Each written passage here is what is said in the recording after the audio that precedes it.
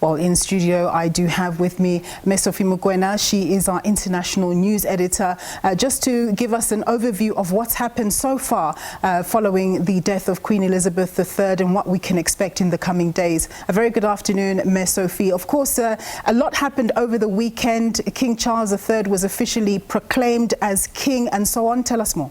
Well, this morning he attended a sitting of Parliament in London where all the arms of state converged, and this was his first engagement with Parliament as the head of state of the United Kingdom. But later today, as you pointed out on that insert, he will be going to Edinburgh, where he is going to join Princess Anne in terms of the formalities down there. But I think today the two important events, his appearance at the Parliament, both houses, the Lords and the Commons converging, including the judiciary, and now going to Scotland.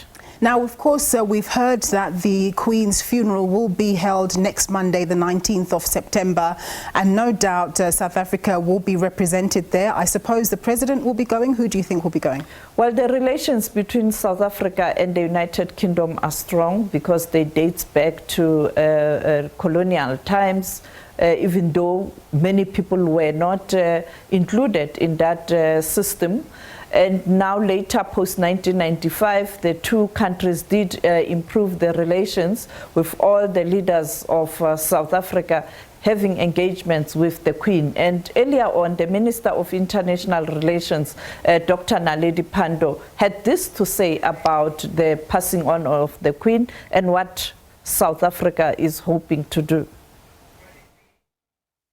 South Africa has received a notification of being invited to, along with other Commonwealth countries, and I'm reliably informed, but I may have old information, but I'm reliably informed that His Excellency President Ramaphosa will attend the state funeral.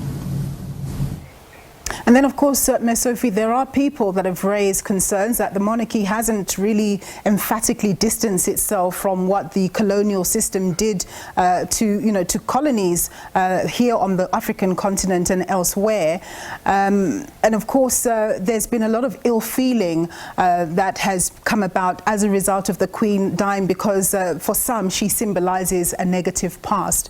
Your thoughts?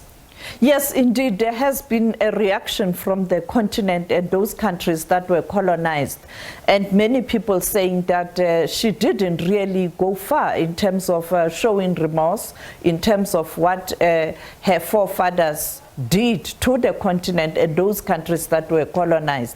Coming to South Africa also, it is the same mixed feeling, and many people saying that perhaps they still have to discuss with the South African government and the people of South Africa in terms of what needs to be done to undo the damage that was done by the colonial rule in South Africa. And earlier on, we spoke to the member of the House of Lords, Peter Hain, who was an activist who was at the forefront during the anti-apartheid struggle and has organized earlier on in those years demonstrations in London to protest against the apartheid system. And he had this to say about the Queen, and particularly in relation to what was happening in South Africa pre-1994. It was very evident that during the 1980s, when Margaret Thatcher, the British Prime Minister, very conservative and close to the apartheid regime, was isolated in the Commonwealth of which the Queen is head, the Queen was clearly very uncomfortable about that and made her views clear in private. But I don't think anybody would say that she was at the forefront of the anti-apartheid movement or anything like that. Though she did, when there was a Labour government, refuse to accept all white South African teams for the traditional reception in Buckingham Palace in 1965, and said that she would have done the same in 1970 had we not, through our militant process, stopped that all white South African cricket tour.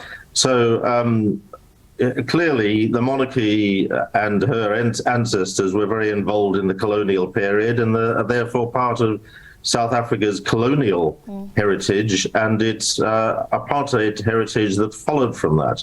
But in its modern carnation through Her Majesty the Queen did afterwards, of course, form a very close friendship with Nelson Mandela. They clearly formed a close bond, and I think that signaled her where she was, where her heart was, at least in modern times.